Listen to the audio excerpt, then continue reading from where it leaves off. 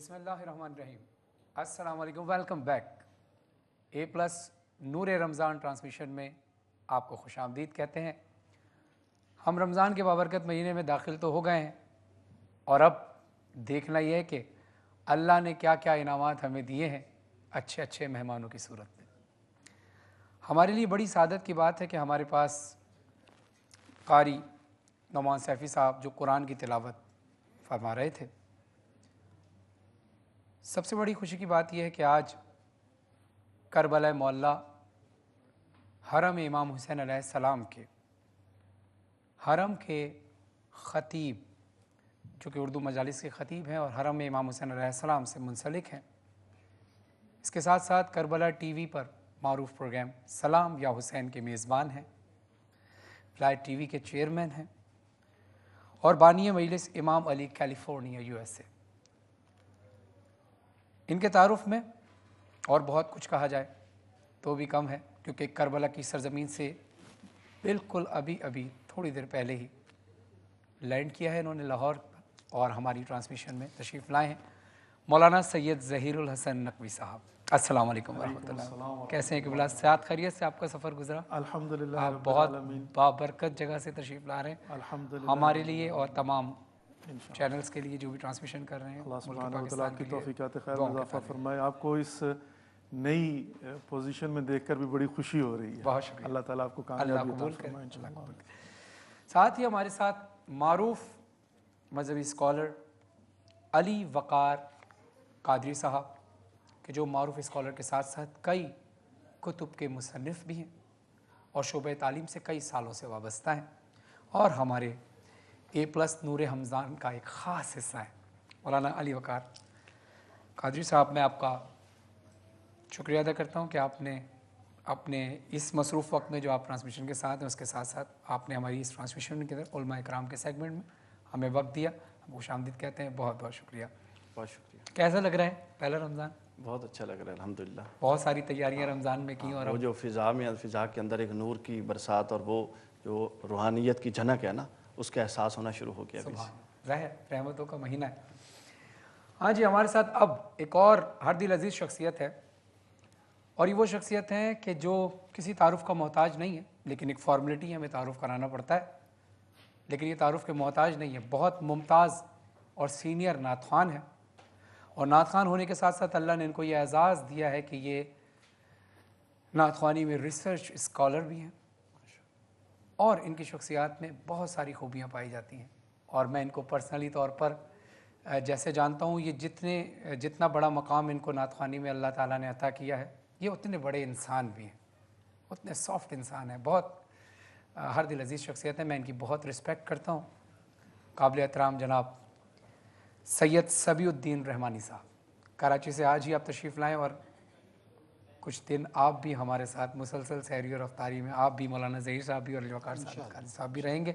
سفر کراچی سے یہاں تک کا کیسا رہا؟ الحمدللہ. ظاہر کراچی میں تو بہت ساری ٹرانسمیشن میں آپ ایک ساتھ جاتے ہیں، یہاں ہم نے آپ کو قید کر کے رکھ لیا ہے اور اب آپ سے فائدہ اٹھائیں گے. پہلے تو یہ کہ A+ کے ساتھ یہ میرا پہلا موقع تھا تو میں خود ان کی تعریف، ان کے پروگراموں کو دیکھ کر جی چاہتا تھا کہ اس کا حصہ بنوں. اور پھر جب یہ خوشخبری ملی کہ آپ یہ ٹرانسمیشن کر رہے ہیں تو ظاہر ہے دوست کا دوست پر حق ہوتا ہے، تو میں اس دوستی کے ناطے میں نے کہا ضرور وقت دینا ہے ان کو. بہت شکریہ سر، آپ نے ہمیشہ میری حوصلہ افزائی کی ہے ہر لمحے پہ، ہر فورم پہ. آپ کا شکریہ، آپ تشریف لائے. اور ہمارے ساتھ ایک بہت ہی اچھی آواز کی مالکہ، جن کو اللہ نے بہت اچھی آواز سے نوازا ہے. آواز ایک خاص نعمت ہوتی ہے اور مختلف ٹی وی چینلز پر نعت خوانی کے سبب ایوارڈ بھی حاصل کر چکی ہیں.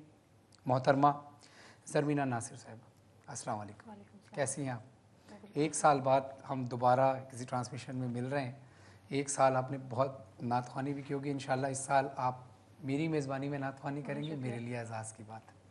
بہت شکریہ، آپ تشریف لائیں.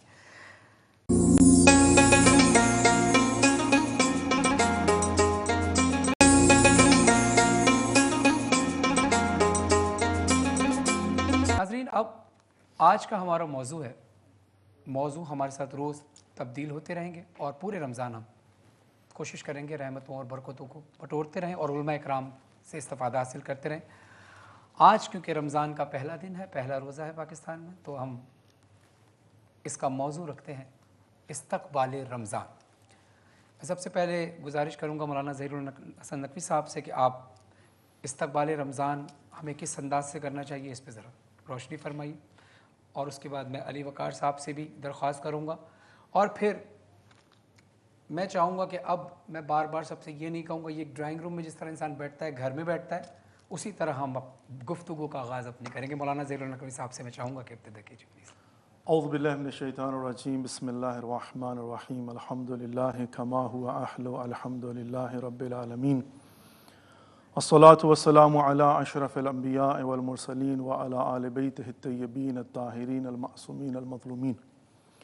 سب سے پہلے تو اللہ رب العزت کا شکر ادا کرتے ہیں کہ پروردگار نے ایک مرتبہ پھر ہمیں یہ توفیق عنایت فرمائی کہ ہم اللہ رب العزت کے مہمان ٹھہرے، اور واقعاً اس میں کوئی شک نہیں ہے، اگر ہم اپنے ارد گرد کے ماحول میں دیکھیں تو ہمیں پتہ چلے گا کہ بہت سارے لوگ ایسے تھے جو پچھلے سال اللہ کے مہمان تھے لیکن اس سال اس دنیا میں موجود نہیں، تو اللہ نے ایک اور اپرچونٹی ہمیں عطا فرمائی ہے۔ میزبان بن گئے ہیں پھر، یقیناً آپ کہہ سکتے ہیں کہ جو ہے وہ اس وقت میزبان بن چکے، اور ہمیں نہیں پتا کہ آئندہ سال ہم ہوں گے یا نہیں ہوں گے، اس لیے سب سے پہلے تو اللہ رب العزت کا ہم شکر ادا کرتے ہیں۔ اور اس کے بعد استقبال ماہ مبارک رمضان کے حوالے سے میں یہ بات عرض کروں گا، اس کی اس قدر زیادہ اہمیت ہے کہ استقبال ماہ مبارک رمضان اول رمضان کو نہیں ہوتا، بلکہ 2 مہینے اللہ نے استقبال رمضان کے لیے دیے ہیں، رجب اور شعبان، ماشاءاللہ، جس کے متعلق یہ کہا جاتا ہے کہ رجب اللہ کا مہینہ ہے، یعنی خدا نے کہا کہ اب چونکہ میں ہی تمہارا میزبان ہوں گا، تم میرے مہمان ہوں گے، اور کسی بھی مہمان کے لیے ضروری ہوتا ہے کہ وہ شایان شان لباس پہن کر جائے، تیاری کر کے جائے، پروٹوکول کا خیال رکھے، ایٹیکیٹس کا خیال رکھے، بچوں کو سمجھایا جاتا ہے بیہیو، وہاں پر جا کر کچھ ایسا نہیں کر دینا، ویسا نہیں کر دینا۔ تو اللہ سبحانہ و تعالیٰ اتنا مہربان ہے کہ پروردگار نے اپنی ہی دعوت پر جب بلایا تو کہا کہ رجب میرا مہینہ ہے۔ کیا مطلب؟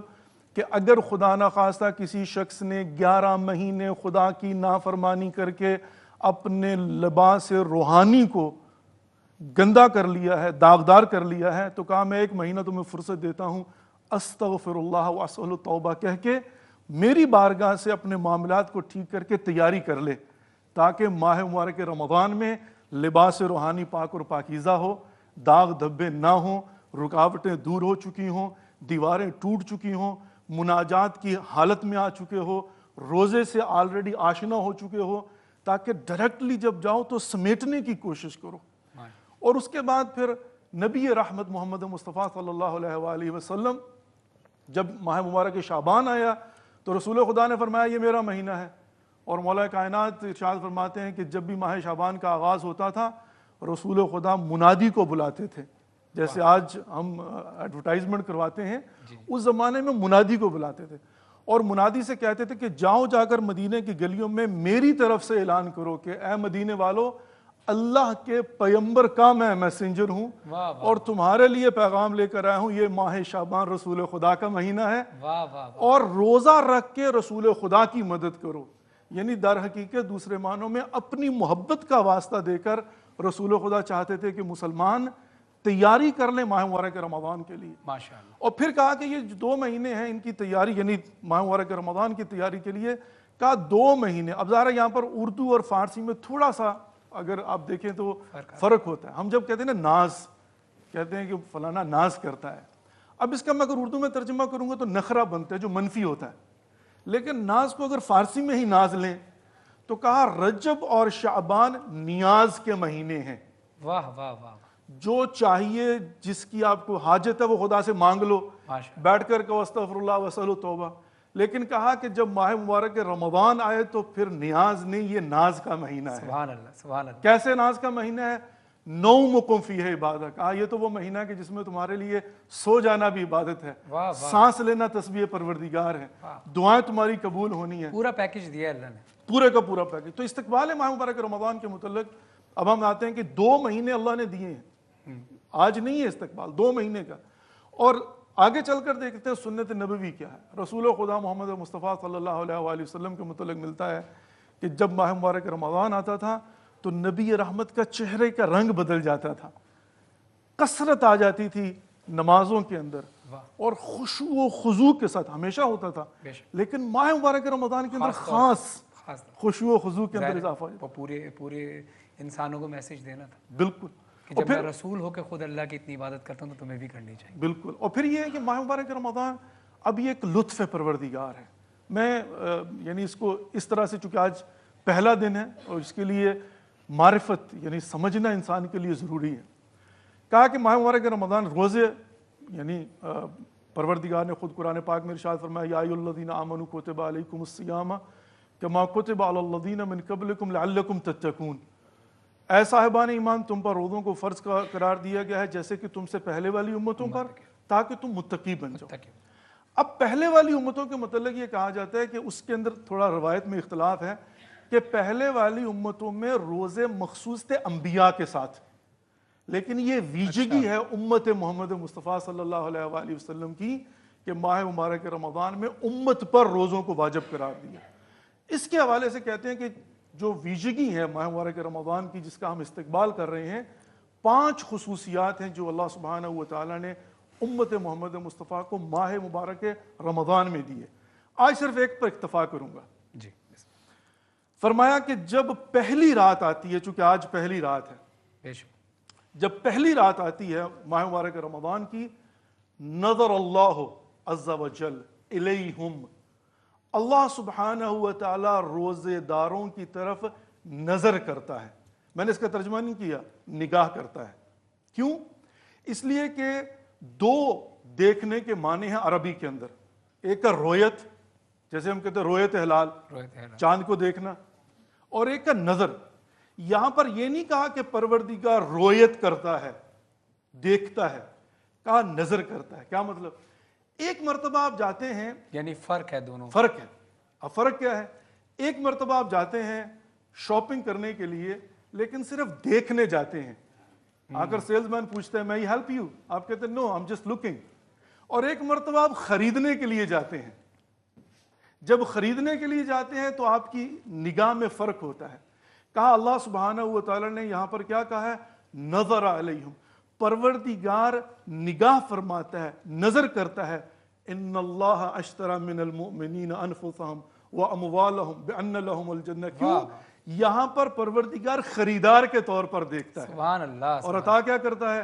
کہا جس کی طرف اللہ نگاہ کرتا ہے پھر اس پر ابدا جہنم حرام ہو جاتا ہے اور جنت واجب ہو جاتی ہے. سبحان اللہ. سبحان.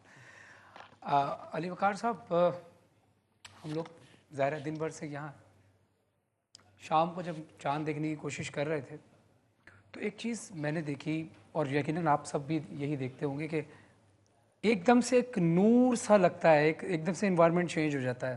ہمارے ہی سائٹ پہ جو کام کرتے ہیں وہ کافی دیر سے دعا کر رہے تھے. چاند اس وقت نظر نہیں آیا تھا ان کو، ظاہر تھوڑی دیر کے لیے آتا ہے. یعنی استقبال ہر شخص اپنے اپنے انداز سے کر رہا ہوتا ہے، کوئی مسلح پر، کوئی آسمان دیکھ کر. آپ تھوڑا سا اس میں کچھ بیان فرمائیں کہ استقبال رمضان کس انداز سے کیا جائے. جی شکریہ. حضرت نے جو بات فرمائی میں اسی سے آگے بات کو بڑھاتا ہوں. حضرت شاہ ولی اللہ محدث دہلوی رحمہ اللہ تعالیٰ، رمضان المبارک کا چاند نظر آیا، پہلا روزہ ہوا، کچھ مریدین، کچھ متوسلین آپ کی بارگاہ میں آئے. حضرت شاہ ولی اللہ بہت بڑے محدث تھے، اور عرض کرتے ہیں کہ حضرت ایک فرق بتائیں، ہر دن کا اللہ خالق ہے، ہر رات کا اللہ خالق ہے، ہر ساعت کا اللہ خالق ہے. بے شک. زمین آسمان ہر شے کا اللہ خالق ہے، ہواؤں فضاؤں کا اللہ خالق ہے. وہی زمین، وہی آسمان، وہی ساعتیں، وہی دن، وہی رات. لیکن جب یہ ہمیں ہمارے ذہنوں میں پتہ چلتا ہے کہ رمضان آ گیا تو ہمیں ماحول میں ایک عجیب و غریب تبدیلی محسوس ہوتی ہے. اس کی وجہ کیا ہے؟ تو حضرت شاہ ولی اللہ محدث دہلوی علیہ رحمہ نے فرمایا کہ جب رمضان، اب اس حوالے سے 2 روایات ہیں، میں دونوں عرض کر دیتا ہوں. فرماتے ہیں کہ جب رمضان المبارک کا چاند نظر آتا ہے، اللہ تعالیٰ تمام مومنین پر نگاہ اور توجہ، شفقت اور رحمت کے ساتھ فرماتا ہے. بے شک. سوال سنیں کیا تھا؟ سوال یہ تھا کہ کیا وجہ ہے کہ ایک روحانی ماحول لگتا ہے اور ایک شخص وہی جو عام دنوں میں گناہ کرتا ہے، غافل رہتا ہے اور غفلت کا شکار رہتا ہے، ان دنوں میں اس کا دل بھی مسجد کی طرف کھنچتا ہے، اس کا دل بھی چاہتا ہے یار میں بھی کوئی نیکی کروں، وہ بھی چاہتا ہے کہ اللہ کو راضی کیا جائے. تو ساتھ بھی وہی، دن بھی وہی، رات بھی وہی. تو یہ کیا تبدیلی آتی ہے؟ تو حضرت شاہ ولی اللہ نے اس کی انٹرپریٹیشن یہ کی، فرماتے ہیں کہ وہ جو اللہ توجہ کر رہا ہے، فیض ہے اس توجہ کا کہ بندہ خود بخود کھنچ جاتا ہے۔ واہ باقی دنوں میں تو بندے نے کھنچنا ہے نا، کوشش کرنی ہے، اپنی سٹرگل سے بندے کو اختیار ہے، اچھائی کرے یا برائی کرے، لیکن خاص ایام میں، خاص پیکج میں اللہ کی وہ توجہ جو بندے کی طرف ہوتی ہے اس کا فیض ہے کہ بندہ محسوس کرتا ہے کہ یار مجھے کچھ اچھا کرنا چاہیے۔ اور دوسری روایت یہ ہے کہ یہ ہر روز رمضان میں ہوتا ہے کہ اللہ ہر روز بندوں پر نگاہ فرماتا ہے تاکہ آخر تک یہ معاملہ چلتا رہے۔ دوسری بات میں اس حوالے سے عرض کرنا چاہوں گا، اسلاف اور اولیاء کرام کی اگر بات کی جائے تو وہ رمضان کو کیسے سیلیبریٹ کرتے تھے اور استقبال کرتے تھے اور ان کا اعتقاد کیا تھا استقبال سے متعلق، اس حوالے سے ایک واقعہ میرے ذہن میں آ گیا چھوٹا سا، میں عرض کر دیتا ہوں۔ بڑا انٹرسٹنگ واقعہ ہمارے ناظرین اور سامعین کے لیے۔ دو بزرگ تھے، امام جلال الدین سیوطی نے شرح الصدور میں بھی اس کو نقل کیا ہے اور حضرت خواجہ فرید الدین عطار نے تذکرۃ الاولیاء میں بھی نقل کیا ہے، تھوڑے تھوڑے الفاظ کے اختلاف کے ساتھ، کہ دو اولیاء کرام تھے، ان کے مقام و مرتبے، جس طرح ایک معاصر لوگ ہوتے ہیں تو ایک تاثر ہوتا ہے کہ یہ اپنے مقام و مرتبے میں جی ذرا اونچے ہیں، یہ مقام و مرتبے میں ان سے ذرا نیچے ہیں، ایک عام بات ہوتی ہے۔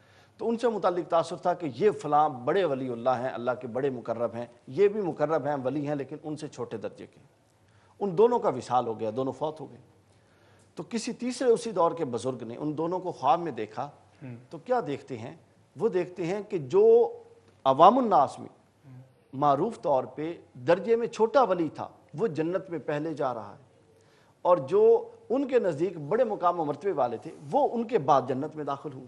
انہوں نے یہ خواب دیکھا، اٹھے بڑے پریشان، اس دور کے کسی صوفی عالم کے پاس گئے اور پوچھا کہ میں تو یہ خواب دیکھا، بڑی پریشانی ہے۔ تو انہوں نے جو تعبیر فرمائی اس خواب کی وہ تعبیر سننے کے لائق ہے، اور ہمیں پتہ چل جائے کہ رمضان المبارک یہ کتنی بڑی نعمت ہے۔ کیوں ہمارے رسول جب یہ شعبان آتا تو دعا فرماتے تھے کہ باری تعالیٰ اب شعبان تک لایا ہے، اب اتنی برکت دے کہ ہم رمضان کو پائیں، اتنی برکت دے۔ اور اللہ نے، آپ دیکھیں، اللہ نے ہر سال اپنے محبوب کی دعا قبول فرمائی، کیونکہ آپ نے جتنی دفعہ عمر مبارک میں شعبان آیا رمضان کو پایا۔ بے شک ایسا۔ اچھا، تو وہ تعبیر پوچھی انہوں نے، تعبیر جناب یہ بتائی گئی، انہوں نے کہا کہ وہ جو مقام و مرتبے میں چھوٹے تھے وہ واقعی چھوٹے تھے، اور جو بڑے تھے وہ واقعی بڑے تھے۔ فرق یہ آیا، اے اللہ کے بندے، فرق یہ آیا کہ جو چھوٹا تھا اس کی عمر میں اللہ نے اتنی برکت دی کہ اس نے بڑے کی نسبت ایک رمضان زیادہ پا لیا، ماشاءاللہ، اللہ ایک رمضان زیادہ پایا۔ اس رمضان میں متوجہ اللہ بھی رہا، اس رمضان میں روزے بھی رکھے، اس رمضان میں تہجد بھی پڑھی، نمازیں بھی پڑھی۔ وہ ایک رمضان کا جو پیکج تھا وہ ایڈیشنل اس کو ریونیو زیادہ ہو گیا۔ ہاں مقام و مرتبے میں چھوٹا ہونے کے باوجود اٹھا کے آگے لے گیا۔ تو گویا یہ اتنی بڑی نعمت ہے جو ہمیں آئی ہے۔ اب ہمیں، ہمارا فرض اور ہمارا کام کیا ہے؟ ہمارا کام یہ ہے کہ اس مہلت سے فائدہ اٹھائیں، غفلت ترک کریں۔ یہی زندگی دوستو، دیکھیں ہم کتنے عرصہ گزار کے فرحان بھائی بیٹھے ہیں، آپ دیکھیں نا، بے شک۔ پیچھے پلٹ کے بندہ دیکھے تو لگتا ہے کل کی بات ہے۔ اور حدیث میں ہے کہ جب کوئی جانے لگے گا تو اسے پوچھا جائے گا کہ کتنا عرصہ گزرا ہے، تو وہ کتنا عرصہ وہ کہے گا ہر گزرا لمحہ جو ہے نا اس کو انسان مس کرتا ہے۔ ہاں بیسیکلی آپ کا حال ہی آپ کا اچھا ہوتا ہے، جی ہاں۔ اسی کو آپ جب ماضی ہو جاتا ہے تو اس کو آپ یاد کرتے ہیں۔ اب اصل یہ ہے کہ ہم ماضی کی فکر چھوڑیں، جو ہمارے ہاتھ میں ہے اس کو پکڑ لیں اور اس کے اندر اپنی غفلت کو۔ بہت اچھی بات۔ میرا دل نہیں چاہ رہا کہ میں اس موضوع میں انٹرپٹ کروں اور بریک لوں۔ اچھا، جو آڈینس بیٹھے ہیں، ہمارا یہ پروگرام فیملی پروگرام ہے، آپ لوگ خاموش مت بیٹھیں۔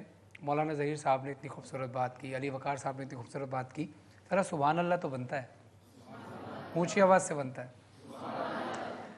ناظرین، ہم ایک مختصر سا بریک لیں گے۔ ابھی مولانا ظہیر الحسن نقوی صاحب، علی وقار صاحب، سبیر رحمانی صاحب اور زرمینہ ناصر کئی دن ہمارے ساتھ ہیں، اور میرا دل نہیں چاہ رہا تھا کہ گفتگو ختم کریں، لیکن ایک مختصر سا بریک ہے، ابھی یہ ہمارے ساتھ ہی موجود ہیں۔ اگلی بریک میں سبیر رحمانی صاحب بھی ہمارے سامنے ہوں گے اور نعت کا نذرانہ عقیدت پیش کریں گے۔ ملتے ہیں ایک مختصر سے بریک کے بعد۔